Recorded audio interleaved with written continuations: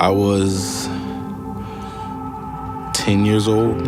I was in 4th grade. The night is, you can almost play it back like it happened yesterday.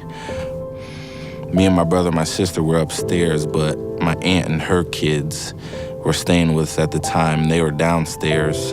My mother and father were in the living room as well, and there were 2 shooters. When they had broken into the house, my dad said he heard an initial kick on the door, and he thought that it was, because him and his brother are really playful with each other, and he thought it was one of those cases. And then when the guys came in, waving the guns around, he knew the seriousness of the situation. And my dad ended up getting shot 7 times, and he lived, thankfully.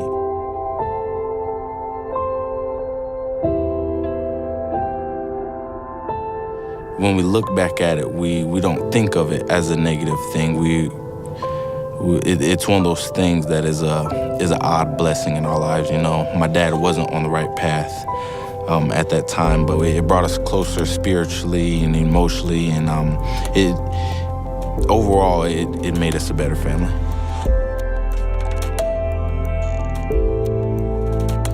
When my dad had ended up in prison, this was a couple months after he had the incident had happened.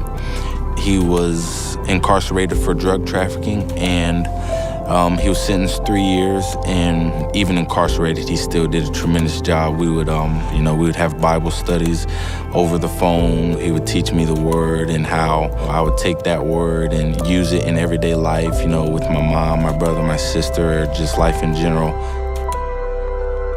His job in prison was to mentor younger guys to make sure that they didn't see themselves back in the system time and time again. So he had got to build relationships with people, and one of the inmates that he got to mentor was towards the end of his prison sentence. So my dad had pulled me aside and said, I have this guy, he knows a lot about you from what I've told him, and he follows sports. He's real down and out. I'm not there to make sure he's doing okay, and he needs someone to talk to. Do you mind talking to him?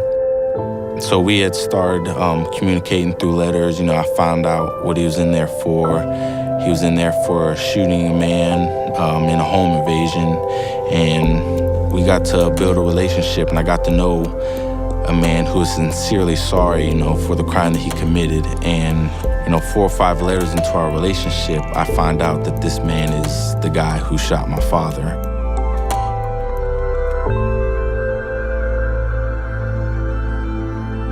It was a very surreal moment. It was one of those moments that you couldn't script, you couldn't, even thinking about it now, you still get chills almost like, man, I was talking to the guy who had tried to murder my father, and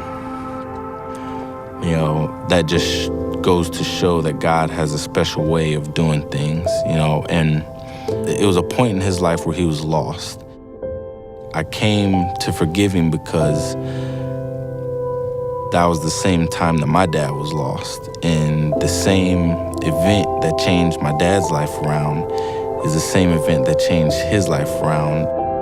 My family, they like to call these moments "Can you hear me now" moments, which is, you really feel the presence of God, and what he's doing is starting to work, and whatever it was that you thought the way should have went, he tells you, that things are gonna go my way. And I think if I would have went about it the way I wanted to go about it, I would still, have hatred in my heart for a guy, who's sincerely sorry about what he did and has the same passion for chasing God as I do.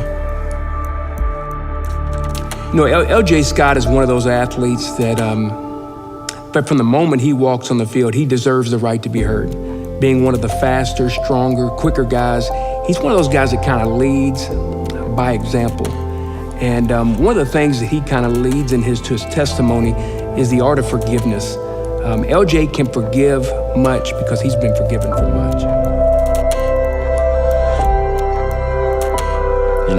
In the time that I've been here, a lot has happened with me in my life and my family's life, and every time that I'm ready to give up or I need just someone to lean on, it's always Chris Morgan and FCA, and it's definitely a huge safety net. It's something that is always there. It never lets you down. It never turns you away, and it just gives you this feeling, a spiritual feeling that you just feel better about life itself. My name is LJ Scott. I'm a junior running back here at the University of Louisville.